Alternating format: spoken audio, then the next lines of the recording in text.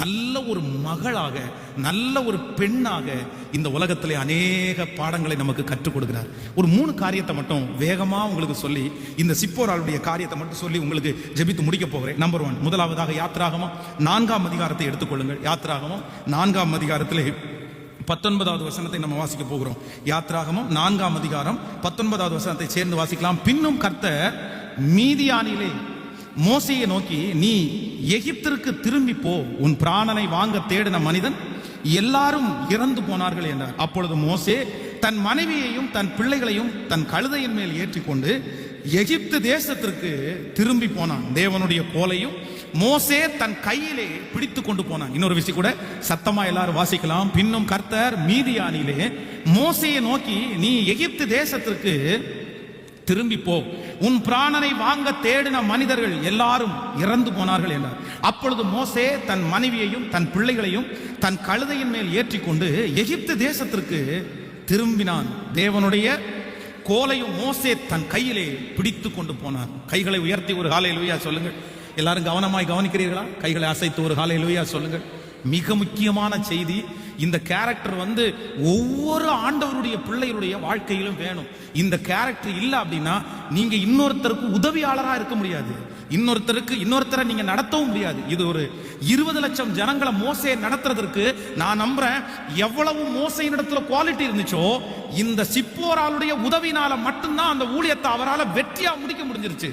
அவங்க மட்டும் குறுக்க திரும்பி இருந்தா, அவங்க மட்டும் நல்லவங்களா இல்லாம இருந்தா, அவங்க மட்டும் மோசையினுடைய இருதயத்தை விக்கிரங்கள், ஏன்னா இந்த சிப்போரால் அந்நிய நாட்டிலிருந்து வந்தவள், அவர்களுடைய பின்னணி, அவர்களுடைய ஆராதனை எல்லாமே புறம்பாக்கப்பட்டவர்கள். அப்படின்னா பாளையத்திற்கு புறம்பாயிருந்தவர்கள், அவர்களுடைய கடவுள்கள் வேறு, அவர்கள் ஆராதிக்கிறவர்கள் வேறு, இப்படி ஒரு வெளியே உள்ள கேரக்டர் உள்ளவங்க. அவங்க மட்டும் சரியில்லாத ஆளா இருந்தா மோசையினால அந்த ஊழியத்தை செஞ்சிருக்கவே முடியாது. மோசே தனக்கு கர்த்தர் கொடுத்திருந்த அந்த பொறுப்பை முடிக்கிறதுக்கு ரொம்ப முக்கியமானவங்களா இருந்தவங்க யாருன்னா இந்த சிப்போரால் தான் முக்கியமான இருந்தாங்க. கையை உயர்த்தி ஒரு ஹல்லேலூயா சொல்லுங்க. ஆனா ஆண்டவருடைய பிள்ளைகளே, இவங்களுடைய முதல் கேரக்டரை நாம் வேதத்துல வாசிக்கும் போது நான் என்ன கண்டுபிடிச்சேன் அப்படின்னா, இப்போ தன்னுடைய கணவனார் இடத்துல ஆண்டவர் பேசுறாரு, இந்த மாதிரி நான் உன்னை அழைக்கிறேன், நீ வா அப்படின்னு கூப்பிடுறாரு. உடனே ஆண்டவர்கிட்ட சொல்றான், ஆண்டவர் முச்செடி பத்தி எரிஞ்சிட்டு இருக்குது, ஆனா வேகல, அது கருகி போகல. உடனே பாதரட்சியை கழட்டி போடுன்னு ஆண்டவர் சொல்றாரு. பாதரட்சியை கழட்டி போறாரு. நான் தான் வந்திருக்கிறேன், ஜனங்களுடைய கூக்குரல்ல கேட்டேன், உன்னை அதுக்காக தான் நான் உருவாக்குனேன், நீ எழும்பி வந்துரு, உன்னை கொண்டு நான் ஜனங்களை ரட்சிக்க போறேன்னு கர்த்தர் சொல்லிட்டாரு. ஆண்டவர் மோசையினிடத்திலே பேசினார், ஆனா யார்கிட்ட பேசல அப்படின்னா சிப்போரால்ட்ட ஆண்டவர் எதையுமே கன்சல்ட் பண்ணதா, அவங்களுக்கு ஒரு சொப்பனத்தை கொடுத்ததா, தரிசனத்தை கொடுத்ததா ஒன்றுமே சொல்லப்படல, எதுவுமே சொல்லப்படல. இதே நேரத்துல நீங்க மத்த எழுதின சுவிசேஷத்தை வாசிக்கும் போது வேதம் சொல்லுகிறது, மரியாளுடைய வயிற்றிலே இப்பொழுது இயேசு பிறக்க போறார். ஆனா அவர்களுக்கு தரிசனம் கொடுக்கும் போது ஆண்டவர் யாருக்கெல்லாம் கொடுத்தார் அப்படின்னா மரியாளுக்கு தரிசனத்தை கொடுத்தாரு. இந்த மாதிரி உனக்கு ஒரு குழந்தை பிறக்கும், அது இயேசுன்னு பேரிடுவாங்க, அது இந்த தேசத்தை எல்லாம் ரட்சிப்புக்குள்ள நடத்த போகுதுன்னு சொல்லிட்டாரு. எப்படி மரியாளிடத்துல ஆண்டவர் சொன்னாரோ அதே போல யாருக்கும் சொல்லுவாரு, ஜோசேப்புக்கும் ஆண்டவர் சொல்லுவாரு, ஏன்னா அப்பதான் கரெக்டா போகும் அப்படின்னு. அப்போ ஆண்டவருடைய வார்த்தை, ஆண்டவருடைய பதில் இந்த சிப்போராளுக்கு கொடுக்கப்படவே இல்லை. இப்போ மோசே சொல்றாரு, இந்த மாதிரி ஆண்டவர் என்ன அழைச்சிட்டாரு, நான் இப்ப எகிப்திற்கு போறேன், என் கூட கிளம்பி வாங்கன்னு சொல்லும் போது இந்த சிப்போரால் எதையுமே யோசிக்காம, எதையுமே ஷேர் பண்ணதா வேதம் சொல்லல, தன்னுடைய கணவனார் சொன்ன அந்த வார்த்தையை அப்படியே கேட்டுட்டு தன்னுடைய காலடி எடுத்து வைக்கிறாங்க. ஆனா இந்த சிப்போராளுக்கு முன்பாக நிறைய சவால் காத்துட்டு இருக்கு. ஏற்கனவே தன்னுடைய கணவனார் நல்லவர் தான், நீதிமான் தான், ஆண்டவருக்கு பயப்பட்டவர் தான். ஆனா அந்த ஊரை விட்டு கிளம்பி வரும்போது எப்படி வந்திருக்கிறாருன்னா 40 வருஷத்துக்கு முன்னாடி கொலைகாரனா வந்திருக்கிறாரு. அவரை கொலை பண்ணணும்னு நினைச்சா ராஜா செத்து போனது உண்மை, சொந்தக்காரங்க இருக்கலாம், அவங்க பிள்ளைங்க இருக்கலாம்.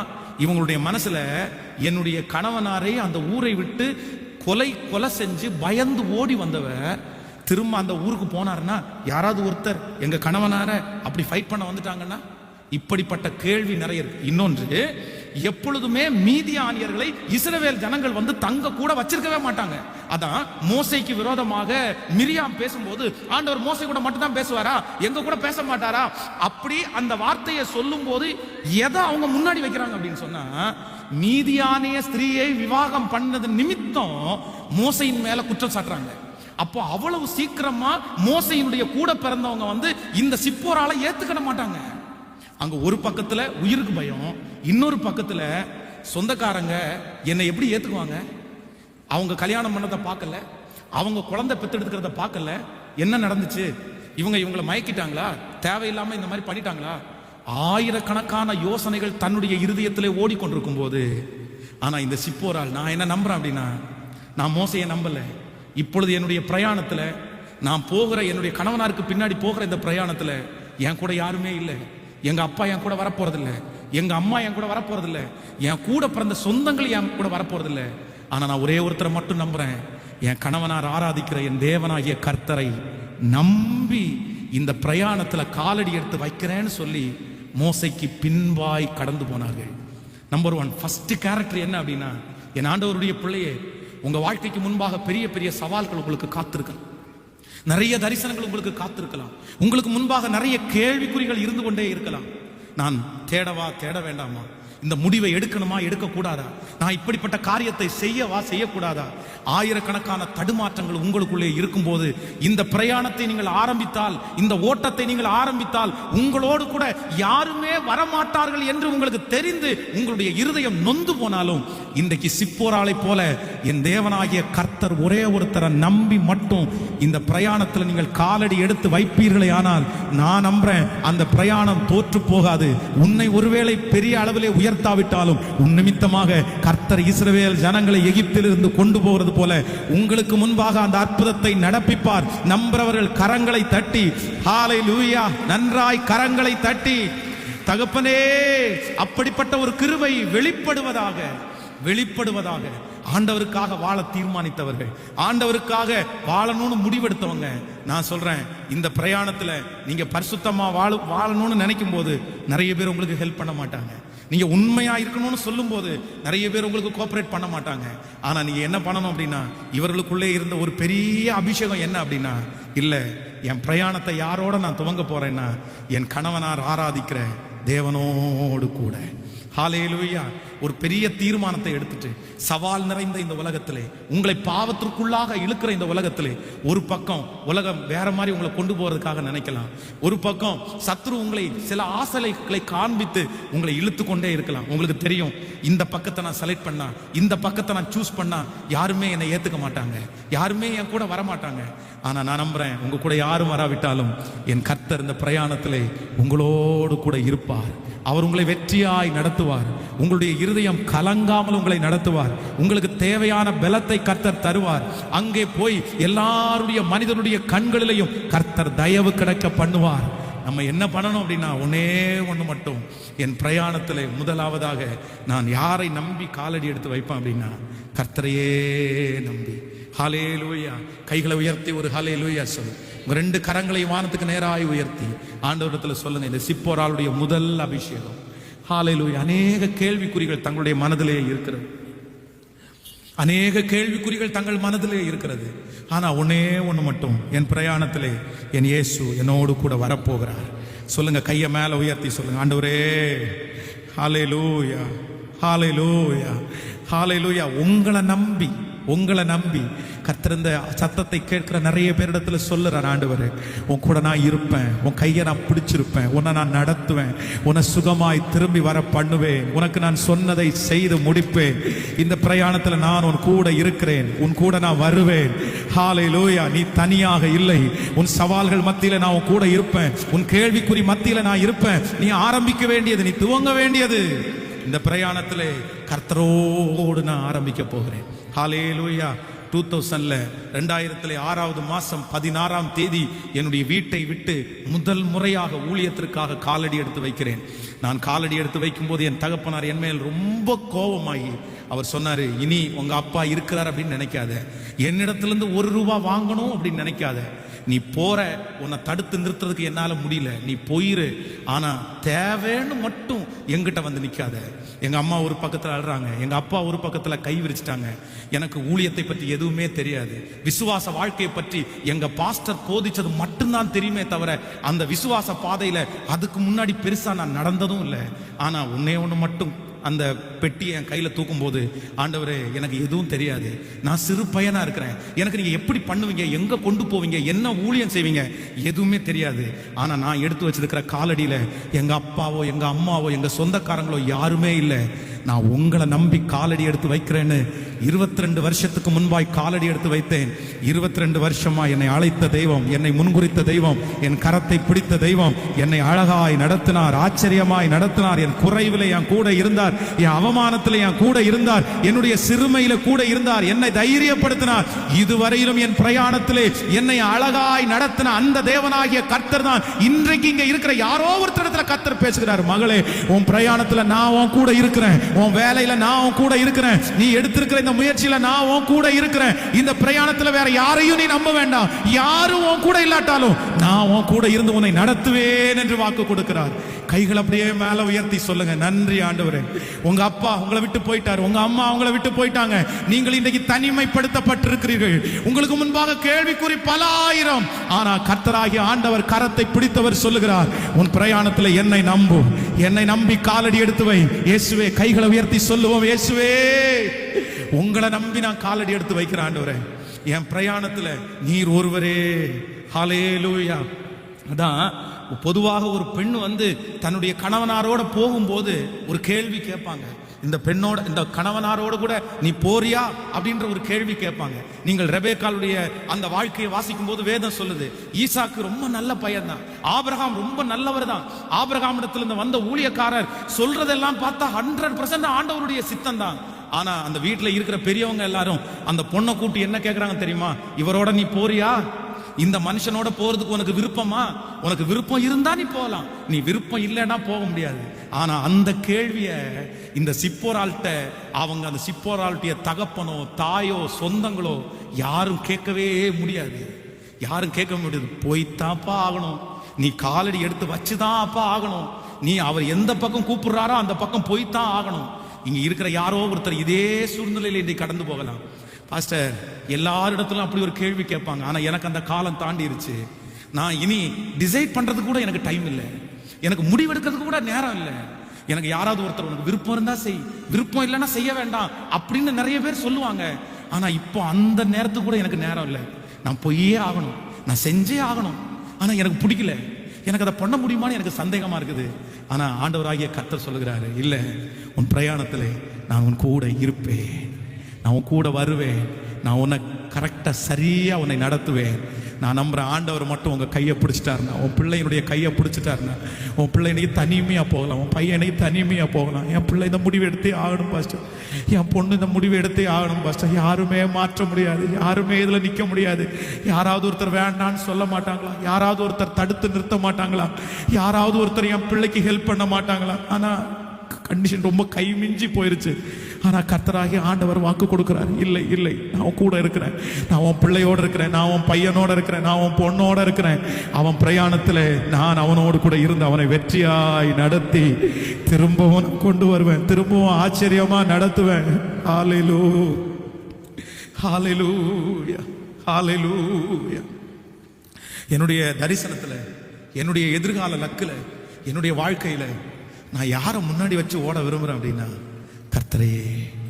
என் கேள்விகளை அல்ல, என்னுடைய தேவைகளை அல்ல, எனக்கு முன்பாக இருக்கிற மனிதர்களை அல்ல, யாரை நான் முன்னாடி வைக்கிறேன்னா கர்த்தரே. எத்தனை பேர் ஒப்பு கொடுக்குறீங்க உங்க வாழ்க்கையினுடைய ஓட்டத்துல நீங்க யாரை முன்னாடி வைக்கணும் அப்படின்னா? உங்க அப்பாவை இல்லை சிஸ்டர், உங்க அம்மாவை இல்லை, யாரை முன்னாடி வைக்கணும்னா கர்த்தரையே. ஒவ்வொருத்தரும் இன்னைக்கு ஸ்பெஷலா அதுக்காக ஜெபம் பண்ணுங்க. உங்களை நான் முன்னாடி வச்சு ஓடுவேன். ஒவ்வொரு வாலிப தம்பியும் தங்கச்சியும், மகன், உன் படிப்பை முன்னாடி வச்சு ஓடாது, வேற எதையுமே முன்னாடி வச்சு ஓடாத. நீ கர்த்தரிடத்துல சொல்ல வேண்டியது என்ன அப்படின்னா, உங்களை நான் முன்னாடி வச்சு இந்த பிரயாணத்தை ஆரம்பிக்கிறேன் ஆண்டவரே, உங்களை நம்பி காலடி எடுத்து வைக்கிறேன் ஆண்டவரே, என் வாழ்க்கையை உங்க கையில கொடுக்குற ஆண்டவரே. நான் சொல்றேன், உங்களை ஆண்டவர் எப்படி நடத்துவார் அப்படின்னா, நேர்த்தியாய் நடத்து.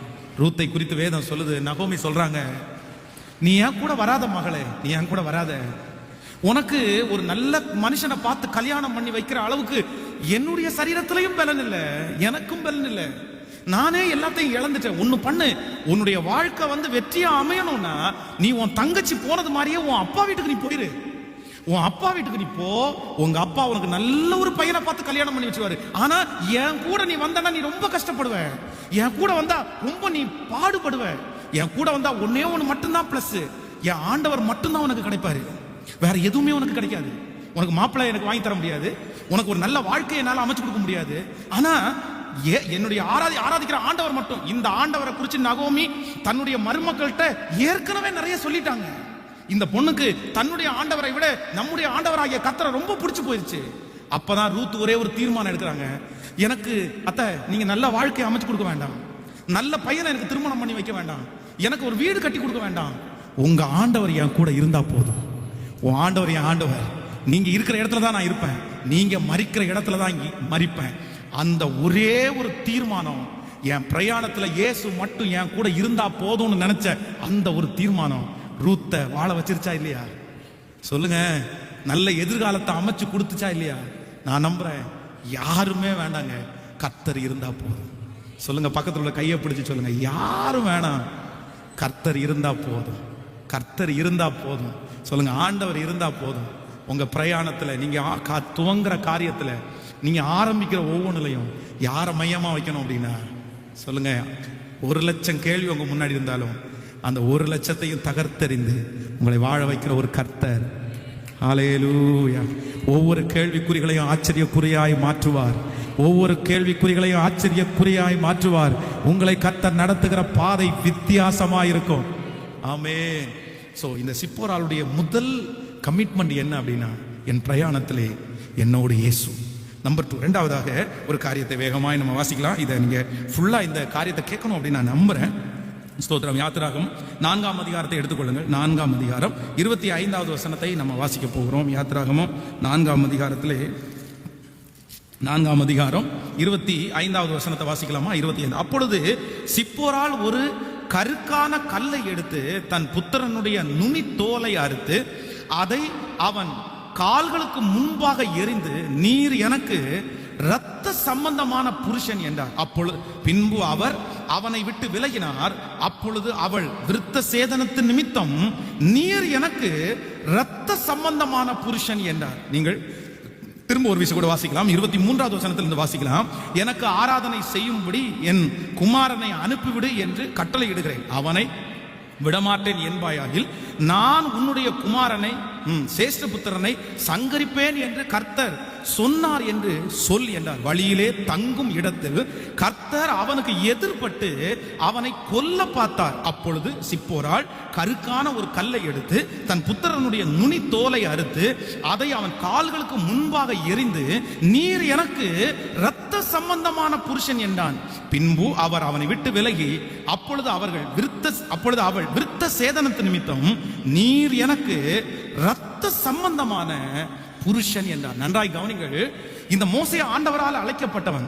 மோசையின் மேல ஆண்டவர் நிறைய திட்டத்தை வைத்திருந்தார். ஆனா இவர் என்னன்னா, ஆண்டவருடைய வார்த்தைக்கு இவர் மாத்தி மாத்தி பேசிட்டே இருக்கிறாரு. ஆண்டவர் வாழ்ந்து கூப்பிடுறாரு, வர முடியாது ஆண்டவரே, இல்ல நான் மந்தனா உள்ளவன், எனக்கு என்னால பேச முடியாது. நிறைய கொஸ்டின்ஸ் ஆண்டவருக்கு முன்பாக அவன் வச்சுட்டே இருக்கிறாரு. ஆனா ஒரு கட்டத்துல இப்போ ஆண்டவருக்கு அவன் மேல கோபம் வருது. வழியிலே ஆண்டவர் அவனை கொல்ல பார்த்தார். இப்போ இந்த நிமிஷத்துல ஆண்டவரை பற்றி மோசைக்கு மட்டும்தான் தெரியும். ஆண்டவருக்கும் அவருக்கும் உள்ள ஃபைட் தான் அங்க நடக்குது. ஆனா சிப்போராள் தன்னுடைய கணவனாரை எப்படியாவது காப்பாற்றணும்ன்ற ஒரு முயற்சி எடுத்து தன்னுடைய மகனுடைய நுனி தோலை அரித்து, இவர் என்னுடைய ரத்த சம்பந்தமான புருஷன், இவரை நான் விட்டு கொடுக்க மாட்டேன், இவரை நான் காப்பாற்றுவேன்னு சொல்லி தன்னுடைய சொந்த புருஷனை காப்பாற்றினாள். நன்றாய் கவனிங்கள். இந்த சிப்போராளிடத்திலே இருந்த இரண்டாவது மிகப்பெரிய அபிஷேகம் என்ன அப்படின்னா, தன்னுடைய குடும்பத்தாரை, தன்னுடைய கணவனாரை காப்பாற்ற ஒரு அபிஷேகம் இருந்துச்சு. இந்த ஜபத்தில் இருக்கிற ஒவ்வொரு சிஸ்டர்ஸுக்கும், அம்மாமாருக்கும் சொல்றேன், உங்க கணவனாரை காப்பாற்ற வேண்டிய சகல பொறுப்பும் உங்களுடையது. அவர் துன்மார்க்கமா நடக்கிறாரு, அவர் சரியில்லை, சொன்னபடி கேட்க மாட்டாரு, அவர் ரொம்ப மோசமானவரா இருக்கிறாரு, அவரோட யாருமே வாழ முடியாது, இப்படிப்பட்ட ஆயிரக்கணக்கான எண்ணங்கள் உங்களுக்குள்ள ஓடிக்கொண்டிருக்கலாம். ஆனா நான் நம்புறேன், உங்களுடைய முழங்காலால முடியாதது எதுவுமே இல்லை. உங்க கணவனாரை நீங்க ஆயத்தப்படுத்தியே ஆகணும். இந்த ஜெபத்திலே இருக்கிற நிறைய கணவன்மார்கள் இன்றைக்கு இந்த சேர்ல உட்கார்ந்து ஆண்டவரை ஆராதிக்கிறாங்கன்னா ஒரு டைம் துன்மார்க்கமா வாழ்ந்தாங்க, ஒரு விசை உலகத்தோடு வாழ்ந்தாங்க. இவர்களை போல சிலரை போல முரடர்கள் இல்லை, இவர்களை போல ரொம்ப கஷ்டப்படுறவங்க இல்லை. ஆனா சில மனைவிகளுடைய ஜெபம், உபவாசம், கண்ணீர் இன்றைக்கு நிறைய ஆண்களை திருச்சபையிலே ஊழியம் செய்கிறவர்களாய் கொண்டு வந்து நிறுத்தி இருக்கிறது. இந்த ஜெபத்துல சத்தத்தை கேட்கிற அன்பு தேவனுடைய பிள்ளையே, உங்க கணவனார ஆயத்தப்படுத்த வேண்டிய பொறுப்பு உங்களுடைய கையிலே கொடுக்கப்பட்டிருக்கிறது. இல்ல நான் விட்டுறணும், அவர் துன்மார்க்கன், அவர் எப்படினாலும் திருந்த மாட்டாரு. இல்ல, கணவனானாலும் சரி மனைவி ஆனாலும் சரி நம்ம கையில கொடுக்கப்பட்டிருக்கிற குடும்பத்தை காப்பாற்ற வேண்டிய பொறுப்பு நம்முடையது. இந்த சிப்போராளுக்கு இந்த அபிஷேகம், இந்த எண்ணம் எப்படி வந்துச்சு அப்படின்னா, நான் நம்புறேன் கரெக்டா இவர்கள் அந்நிய ஜாதிகளா இருந்தாலும் இவங்க செலக்ட் பண்ண வேலை வந்து என்ன வேலைன்னா ஆடு மேய்க்கிற வேலை. ஆடு மேய்க்கிற வேலைக்கும் கர்த்தருடைய ஊழியத்திற்கும் நிறைய சம்பந்தம் இருக்குது, நெருக்கமான தொடர்பு இருக்கிறது. தேவன் பயன்படுத்தின பல பாத்திரங்கள் இல்லைனா நம்முடைய முன்னோர்கள் ஆபிரகாம், ஈசாக்கு, யாக்கோபு இவர்கள் எல்லாரும் என்ன வேலை தான் செஞ்சிருக்கிறாங்க அப்படின்னா ஆடு மேய்க்கிற வேலை தான் செஞ்சிருக்கிறாங்க. ஏன் அப்படின்னா ஆடு மேய்க்கிற ஒரு மனுஷன் தான் உண்மையான ஒரு தலைவனாய் மாற முடியும். அந்த ஆடுகளை மேய்க்கும் போதுதான் நிறைய குவாலிட்டி அவங்களுக்குள்ள வரும். நீங்கள் தாவீதை குறித்து வேதத்துல வாசிக்கும் போது வேதம் சொல்கிறது, அவர் பாடுறாரு, கர்த்தர் என் மேய்ப்பராய் இருக்கிறார், நான் தாட்சியடையேன், அவருடைய கோலும் அவருடைய தடியும் என்னை. அவர் மேய்ப்பனா இருந்ததுனாலதான் அதான் நல்ல மேய்ப்பன் தன்னுடைய ஆடுகளுக்காக ஜீவனையும் கொடுக்கிறான். அதான் தாவீது சொல்லுகிறான், ஒரு விஷயம் சிங்கம் வந்துச்சு, கரடி வந்துருச்சு, ஆனா என் உயிரை கூட நான் பணயம் வச்சு அதனுடைய வாயிலிருந்து ஆடுகளை நான் என்ன பண்ணினேன். அப்போ நான் நம்புறேன் ஆடுகளை மேய்க்கிற அந்த தொழிலில அந்த அம்மா இருந்ததுனால அவங்களுக்குள்ள நேச்சராவே என்ன வந்துச்சு அப்படின்னா, காப்பாற்ற வேண்டியது யாருடைய கடமை? என்னுடைய கடமை. நான் காப்பாற்றணும். தன்னுடைய கணவனாரை என்ன நடந்தாலும் இரத்த சம்பந்தமான உறவோடு காப்பாற்றினார்கள். அதான் இந்த பைபிளை, இந்த வார்த்தையை படிச்சுட்டு ஒரு கணவனார் ரட்சிக்கப்படாத ஒரு கணவனாருக்காக ஒரு அம்மா பல ஆண்டுகளாக ஜெபம் பண்ணிட்டு இருந்தாங்க. அந்த கணவனார் ரட்சிக்கப்படவே இல்லை. ஒரு நாள் அவருடைய டென்ஷன் ரொம்ப அதிகமாகி ரொம்ப குடிச்சிட்டு இவங்க மகளும் அம்மாவும் சர்ச்சுக்கு வரும்போது அவர் வந்து தூக்கில மாட்டிக்கிட்டாரு. இவங்க ஆலயத்தை முடிச்சிட்டு வந்து கதவை தட்டி பார்த்தா கதவு திறக்கல, உள்ள யாரோ இருக்கிறாங்க. ஜன்னல் வழி திறந்து பார்த்தா கணவனார் தூக்குல தொங்கிட்டு இருக்கிறாரு. நடந்த சம்பவம் திருநெல்வேலியில. அப்போ உடனே இந்த வசனத்தை அந்த அம்மா புடிச்சுக்கிட்டு அதை உடைச்சு, அந்த கதவை உடைச்சு உள்ள போய் இவங்க தன்னுடைய கையினால அப்படியே கட்டி அந்த பாடியை தூக்கி பிடிச்சு அந்த பொண்ணுகிட்ட சொல்லி அந்த கயிறை அறுக்க சொல்லி அவரை பெட்டு மேல படுக்க வச்சு அவருடைய நெஞ்சில இயேசுவே இயேசுவே இயேசுவே, என் கணவனாரை நான் விட மாட்டேன், என் கணவனாரை காப்பாற்றணும், என் கணவனார் ரட்சிக்கப்படாம சாகக்கூடாது அப்படின்னு ஜோம் பண்ணி நெஞ்சில அடிச்சா 2-3 நிமிஷத்துக்குள்ள எந்திரிச்சிட்டாராமா. அவரு அப்படியே மூச்சு விட்டு மரித்த அந்த மனுஷன் செத்து போயிட்டாராமா. அப்படியே எந்திரிச்சாராமா. இந்த அம்மா திரும்பவும் அடிய விடலையாமா, திரும்பவும் நெஞ்சில் அடிச்சாங்களாம். ஐயோ என்ன விட்டுரு, எனக்கு உயிர் வந்துச்சு, உன்னை விட மாட்டேன், ஏசுன்னு சொல்லு, அப்பதான் விடுவேன் அப்படின்னு சொல்லி திரும்ப அடிச்சு அந்த மனுஷன் இயேசுவே இயேசுவே இயேசுவே அப்படின்னு கத்துனதுக்கு அப்புறம், இயேசு ஏத்துக்கிறியா, இயேசுக்காக வாழ்றியா, இயேசு பெரியவர் நினைக்கிறியா, சர்ச்சுக்கு வருவியா அப்படின்னு கேட்டா அதுக்கப்புறம் குடும்பமா திருச்சபைக்கு வந்து இன்றும் சாட்சியாய் வாழ்கிறார்கள். அப்போ நம்முடைய குடும்பத்துல ஒருத்தரும் அழிகிறதுக்கு நம்ம விடக்கூடாது, நம்ம வம்சத்துல யாரும் அழிகிறதுக்கு நம்ம விடக்கூடாது, நம்ம காப்பாற்றணும். அந்த சக்தியை கர்த்தர் நம்ம தலை மேல தான் வச்சிருக்கிறாரு, உங்க கையில தான் கர்த்தர் கொடுத்திருக்கிறாரு. சிலரை அக்னியிலிருந்து காப்பாற்றுகிற அபிஷேகத்தை கர்த்தர் உங்களுக்குள்ளே வைத்திருக்கிறார். நீங்க ஜெபிச்சா அது நடக்கும், நீங்க சுவிசேஷம் சொன்னா அது நடக்கும், உங்க கண்ணீர் வீணா போகாது, உங்க அலைச்சல் வீணா போகாது. கர்த்தர் நிச்சயமாகவே உங்க குடும்பத்தை உங்க கண்ணீர் நிமித்தம் கர்த்தர் ரட்சிப்பார். ஹல்லேலூயா. நீங்க காப்பாற்ற போகும்போது உங்களுக்கு அவமானங்கள், நிந்தைகள் வரலாம், அதெல்லாம் பொருட்படுத்திக்காதீங்க. உங்களை பீறிடலாம், இல்ல அவன் தானே கஷ்டப்பட்டான். ஆடுகள் வந்து மேய்ப்பனுடைய சத்தத்தை எப்ப கேட்கலையோ அப்பதான் மிருகங்களுடைய கையில அகப்படும். இந்த ஆடு வேணும்னு தானே போச்சு, இந்த ஆடு தேவையில்லாம போக வேண்டிய தேவை, இப்ப என் கூட வந்திருக்க வேண்டியதானே. இப்படி மேய்ப்பன் நினைக்கவே மாட்டான். சரி, ஏதோ தெரியாம அந்த ஆடு போச்சு, அந்த ஆடை காப்பாற்ற வேண்டியது என்னுடைய கடமை அப்படின்னு தான் மேய்ப்பன் நினைக்கணும். உங்க குடும்பத்தில் இருக்கிறவங்களை குறித்து உங்களுக்கு யோசனை வரலாம், வேணும்னு தானே போறாங்க, இவ்வளவு சொல்லியும் கேட்காம போறாங்கல்ல, போகட்டும், சாகட்டும், அப்படி பண்ணட்டும் சொல்லக்கூடாது. நான் சொல்றேன், அவங்களுக்கு கண் இல்லை, அவங்களுடைய கண்களை சத்துருவானவன் மனக்கண்களை குருடாக்கி வைத்திருக்கிறான்.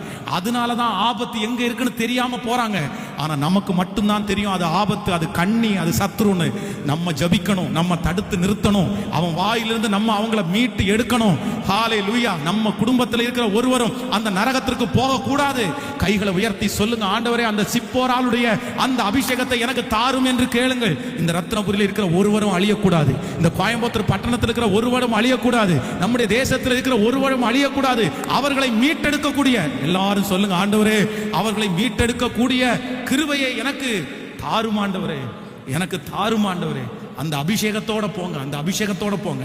உங்க குடும்பத்தில் இருக்கிறவங்கள பார்க்கும்போது எதிரியா பார்க்காதீங்க, அவங்களுக்கு பின்னாடி இருக்கிற சத்துருவை எதிரியா பாருங்க. மனுஷனை எதிரியா பார்க்க கூடாது, பிசாசத்தான் எதிரியா பார்க்கணும். அவன் தான் அவங்களை அப்படி நடத்துறான். நீங்க முழங்கால் படியிட படியிட கர்த்தருடைய ரத்தம் அவர்களை சந்திக்கும். இன்றைக்கு உங்களையும் என்னையும் சந்தித்து வைத்திருக்கிறது யாரோ அவருடைய ஜபம், யாரோ அவருடைய ரத்தம், யாரோ அவருடைய முழங்கால். அவங்களுடைய முழங்கால் நம்மளை கொண்டு வந்து நிறுத்துமே. ஆனால் நம்ம முழங்கால் 10 பேரை ரட்சிப்புக்குள்ள நடத்தாதா? எத்தனை பேர் வாஞ்சிக்கிறீங்க? கையை உயர்த்தி சொல்லுங்க, ஆண்டவரே சிப்போராளுடைய அந்த தியாகத்தை எனக்கு தாங்க ஆண்டவரேன்னு கேளுங்க. சத்தமா சொல்லுங்க, ஆண்டவரே சிப்போராளுடைய தியாகத்தை எனக்கு. இந்த மோசே வந்து ஒரு பெரிய அன்புக்குரியவரா எல்லாம் வந்து எனக்கு தெரியவே இல்லை. எங்கேயாவது ஒரு இடத்துல சென்டிமெண்டா பேசினாரா அப்படின்னு கேட்டா நான் தெரிஞ்ச வரைக்கும் இது வரைக்கும் கண்டுபிடிக்கல.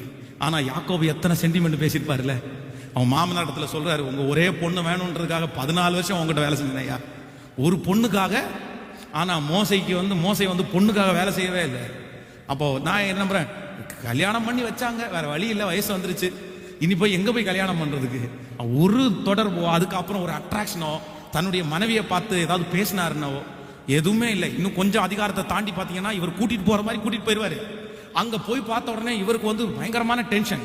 ஏன்னா அங்க இருக்கிறவங்க எல்லாம் இவர்கிட்ட சண்டைக்கு வந்துட்டாங்க. அவர் அப்படி நினைக்கல, என்னமோ கையை வந்து மடிக்குள்ள போட்ட உடனே எல்லாரும் ஒத்துக்குவாங்க அப்படின்னு நினைச்சிட்டாரு.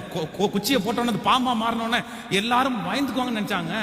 இஸ்ரவேல் ஜனங்கள் பார்த்தாங்க, எத்தனை பாம்பை பார்த்துருப்போம் நாங்க, எத்தனை பேர் இந்த மாதிரி வித்த காமிச்சதை பார்த்துருப்போம், நாங்கெல்லாம் இதுக்கு அசைய மாட்டோம்னு சண்டைக்கு வந்துட்டாங்க.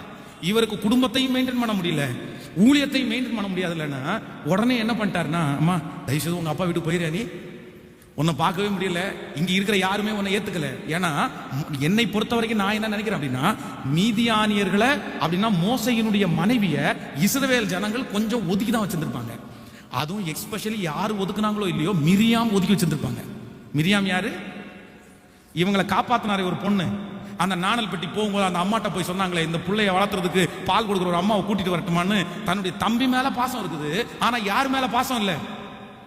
தம்பியினுடைய மனைவி மேல பாசம் இல்ல. நீ போய் அவளை கல்யாணம் பண்ணிட்டு வந்திருக்கிற, இங்க வந்து தான் நான் எவ்வளவு அழகா ஒரு பொண்ணை கல்யாணம் பண்ணிச்சேன். அப்போ அந்த பட்டணத்திற்குள்ளே அவங்க எப்படிதான் இருந்திருப்பாங்க அப்படின்னா, யாருமே நேசிக்கிறதுக்கு இல்லாம ஒரு 20 லட்சம் ஜனங்களுடைய லீடர் அவங்களுடைய மனைவி.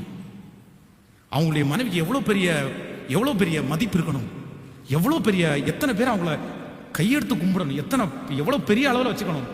ஆனா நான் நம்புறேன் சிப்போராளுக்கு அப்படிப்பட்ட எதுவுமே இல்லை. யாருமே அவங்கள கூப்பிட்டு முன்னாடி நிக்க வச்சதாகவோ, ஒரு நாள் மோசே அவங்கள முன்னாடி நிக்க வச்சு, என் மனைவிக்காக கொஞ்சம் கைத்தட்டுங்கப்பா, அவ இப்படி இருக்கிறனால தான் நான் இவ்வளவு பெரிய ஊழியம் செய்யறேன், எனக்கு ரொம்ப சப்போர்ட்டிவ்ப்பா, அவ மட்டும் குறுக்க தெரிஞ்சு நம்ம உயிரை வாங்கிட்டாருன்னா ஊழியமே செய்ய முடியாதுப்பா அப்படின்னு எங்கேயாவது இடத்துல என்கரேஜ் பண்ணாருன்னா எதுவுமே இல்லை. ஒரு தட்டி கொடுத்தல், ஒரு என்கரேஜ்மெண்ட் எதுவுமே இல்லைனாலும் தன் குடும்பத்தை காப்பாற்றணும்னு திறப்புல நின்னாங்க தெரியுமா, அவங்க தாங்க கர்த்தரால தெரிந்து கொள்ளப்பட்ட பெண்மணி. இன்னைக்கு உங்களுக்கு அங்கீகாரம் இல்லாததுனால, உங்களை ஏற்றுக்கொள்ளாததுனால உங்க மனசு ரொம்ப வருத்தப்படுது இல்லை? நான் ஏன் இவங்களுக்கு செய்யணும், நான் ஏன் இவங்களுக்காக நிக்கணும்? இல்லைங்க, ஆடுகளுக்காக ஜீவனை கொடுக்கிறது தான் ஆண்டவருடைய பிள்ளை. ஹல்லேலூயா. எத்தனை பேர் ஆமோதிக்கிறீர்கள்? நம்ம எல்லாருமே கர்த்தருடைய சமூகத்தில் ஜெபிக்கிறதுக்காக போறோம். 2 காரியத்தை உங்களுக்கு சொன்னேன். 3வது ஒரு காரியத்தை ஒரு லைன்ல சொல்றேன். இந்த சிப்போராளிடத்தில் இருந்த நீங்கள் எண்ணாகமம் 12ஆம் அதிகாரம் 1வது வசனம், யாத்திராகமம் 18வது அதிகாரம் 2வது வசனம், இந்த 2 வசனத்தை நீங்கள் வாசிப்பீர்களே ஆனால் தன்னுடைய வாழ்க்கையில் இருக்கிற அவமானங்களையும் புறப்பணிகளையும் இந்த சிப்போராள் ஏற்றுக்கொண்டாள். ஹல்லேலூயா. தேவ சமூகத்தில் எல்லாரும் எழுப்பி நின்று நம்ம ஜெபிக்க போறோம். இந்த அபிஷேகம் என் தலை மேல, ஆமென் சொல்லுங்க. ஹல்லேலூயா. தேவ சமூகத்தில் எழுப்பி நிற்கலாமா? கர்த்தரிடத்துல கேளுங்க. Thank you Holi spirit. நம்பர் 1, முதலாவது, என் பிரயாணத்திலே நான் என் கர்த்தரை நம்பி, அவர் உனக்கு மட்டும் ஆண்டவர் அல்ல, அவர் எனக்கும் ஆண்டவர். எனக்கு தெரியும் உன்னை நடத்தின விதம், எனக்கு தெரியும் உன் ஜீவன் காப்பாற்றப்பட்டது, எனக்கு தெரியும். உன் ஆண்டவரை நீ எந்த அளவுக்கு விசுவாசிக்கிறோ இல்லையோ, ஆனா நீ ஆராதிக்கிற தேவனை நான் விசுவாசிக்கிறேன். நான் நம்புறேன். மோசையினுடைய சாட்சியை மோசே சிப்போராட்டத்துல நிறைய டைம் சொல்லியிருப்பாரு. நான் பிறந்த நாள்ல நிறைய குழந்தை செத்துருச்சு. நான் பிறந்த டைம் ஆயிரக்கணக்கான குழந்தை பிறந்தல, நான் ஒரே ஒருத்த மட்டும் காப்பாற்றப்பட்டேன்.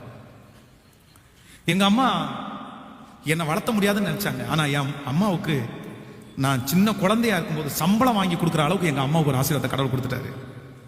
என் பிறப்பு ரொம்ப ஆச்சரியமானது. என்னோட சேர்ந்த எல்லாருமே மரிச்சு போகும்போது, ஆனா எனக்கு மட்டும் எந்த இடத்துல இருந்து அந்த கட்டளை புறப்பட்டுச்சோ அந்த வீட்டில் எனக்கு ஒரு பெரிய ஆசீர்வாதம் உண்டாயிருச்சு. நான் நல்லா இருந்தேன், நான் ரொம்ப ஜாலியா இருந்தேன். என் கூட இருந்த எல்லாருமே கஷ்டப்பட்டாங்க, ஆனா நான் கஷ்டப்படவே இல்லை. எஸ், ஆண்டவர் ஏன் என்னை இப்படி நம்பினார்னு எனக்கு தெரியல. வாலிப தம்பி தங்கச்சி, ஆண்டவர் ஏன் உன்னை இப்படி நம்பினார்னு எனக்கு தெரியல. உன்னை ஏன் இப்படி நம்பினார்னு எனக்கு தெரியல. உன் கூட பிறந்தவர்களை திரும்பிப்பார், உன்னோடு படித்தவர்களை திரும்பிப்பார். நிறைய பேர் துன்மார்க்கமாய் அலைந்து கொண்டிருக்கும் போது உன்னை மட்டும் ஆண்டவர் தெரிந்து கொண்டு அழகாய் நடத்தி நல்ல ஆவிக்குரிய அம்மா அப்பாவை கொடுத்து இந்த திருச்சபையில நிக்க வச்சிருக்கிறது ஆண்டவர் உன் மேல வச்ச எவ்வளவு பெரிய அன்பு. ஆண்டவர் ஏன் உன்னை இப்படி நம்புறாருன்னு எனக்கு தெரியல. ஒரு நாளாவது ஆண்டவரை பார்த்து கேட்டீங்களா, என்ன ஏன் ஆண்டவரே இப்படி நம்புறீங்க? நான் உங்களுக்கு என்ன செஞ்சேன்?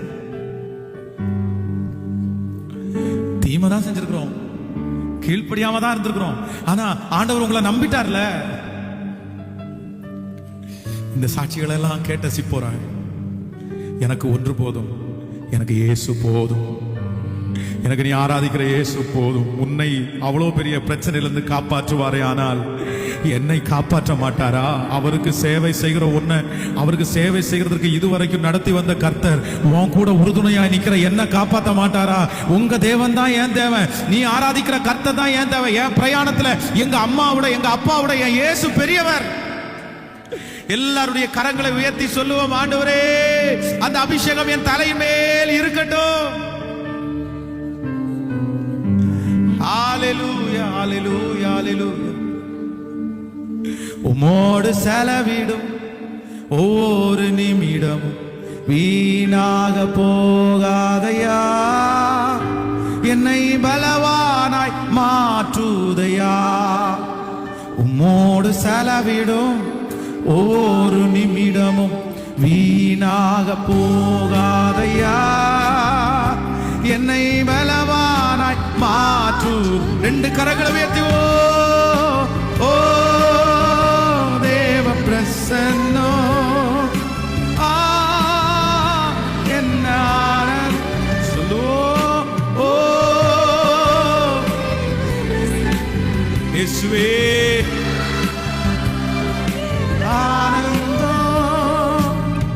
ஆகாயம் கொண்டு செல்லுமே, ஆகாயம் கொண்டு செல்லுமே. ஹalleluya. இந்த மூன்று அபிஷேகத்திற்காக வாஞ்சிச்சுட்டே சாயந்தரமா வாங்க, முழங்கால நிப்போம். ஆண்டவர் நமக்கு ஒரு பெரிய வெற்றியை தருவார். நம்பர் 1, முதலாவது,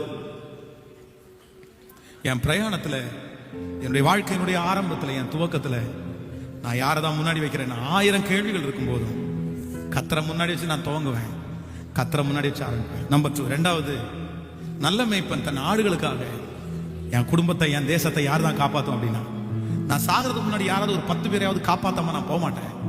என்ன அப்படி நம்புங்க ஆண்டவர், எனக்கு கத்திரத்துல கேளுங்க. நிறைய பேர் அக்கினியிலிருந்து நீங்க தான் தப்பிச்சு விடணும், நீங்க தான் நிறைய பேரை பாவத்திலிருந்து வெளியே இழுத்து விடணும். அந்த பவரை உலகத்தில் இருக்கிற யாருக்கும் கொடுக்கல, ஒரு டாக்டருக்கோ ஒரு பெரிய அரசியல்வாதிக்கோ கொடுக்கல. கத்தர் உங்க கையில என் கையில மட்டும்தான் கொடுத்துருக்கிறாரு. இன்னொருத்தரை ஆபத்திலிருந்து காப்பாற்றக்கூடிய பிரச்சனை நம்ம கையில மட்டும்தான் இருக்கு.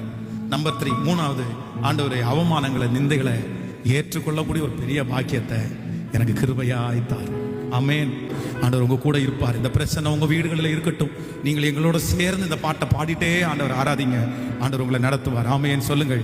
ஹalleluya. எல்லார் மேலையும் கத்தர் இந்த கடைசி நேரத்தில் அவருடைய ஆவியை பொழிந்தருள போகிறார். அந்த சிப்போராளுடைய ஒரு அபிஷேகம் நம்ம மேல கடந்து வரப்போகிறது. கத்தர் அப்படிப்பட்ட ஒரு இருதயத்தை கத்தர் தரப்போகிறார். ஹalleluya. வானத்திலே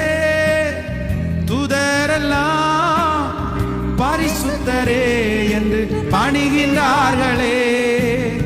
வானத்திலே தூதரெல்லாம் பரிசுத்தரே என்று பணிகின்றார்களே. பூமியிலே மண்ணான நான் உம் நாமம் வாழ்கவென்று தொழுகின்றேன் ஐயா. பூமியிலே மண்ணான நான் உம் நாமம் வாழ்கவென்று தொழு. ரெண்டு கரங்களை மேல உயர்த்தி ஓ தேவ சத்தமா அந்த அபிஷேகத்தை வாங்கி அந்த கிருபையை கிடைக்கட்டும். கர்த்தரை தேடுகிறவர்களுக்கு ஒரு நன்மையும் குறைபடாது. எஸ் எஸ் அப்படியே ஆலயத்துல வழிந்தோடட்டும், பிள்ளைகள் ஜெபிக்கிற இடத்துல வழிந்தோடட்டும். திரும்ப திரும்ப தேவ பிரசன்னம்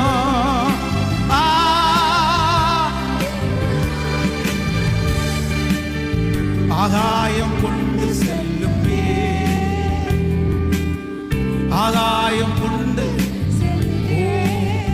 உம்மோடு செலவில் ஒரு நிமிடம் வீணாக போகாதையா. என்னை பலவானாய் மாற்றுதையா. உம்மோடு செலவிடும் ஒரு நிமிடம் வீணாக போகாதையா. என்னை பலவானாய் மாற்று. எல்லாருடைய கைகளை உயர்த்தி சொல்லுங்க ஓ தேவ. ஓ இயேசுவே ரம்தனரகதலர ஷௌதோரம் பதர. ஆகாயம் கொண்டு செல்லுமே, ஆகாயம் கொண்டு செல்லுமே. உம்முடைய பிள்ளைகளை மனதார ஆசீர்வதிக்கிறோம் ஆண்டவரே. உங்க பிள்ளைகளோடு உம்முடைய சமூகம் எப்பொழுதும் இருக்கட்டும். இயேசுவின் மூலம் ஜெபம் எடுக்கிறோம் நல்ல பிதாவே.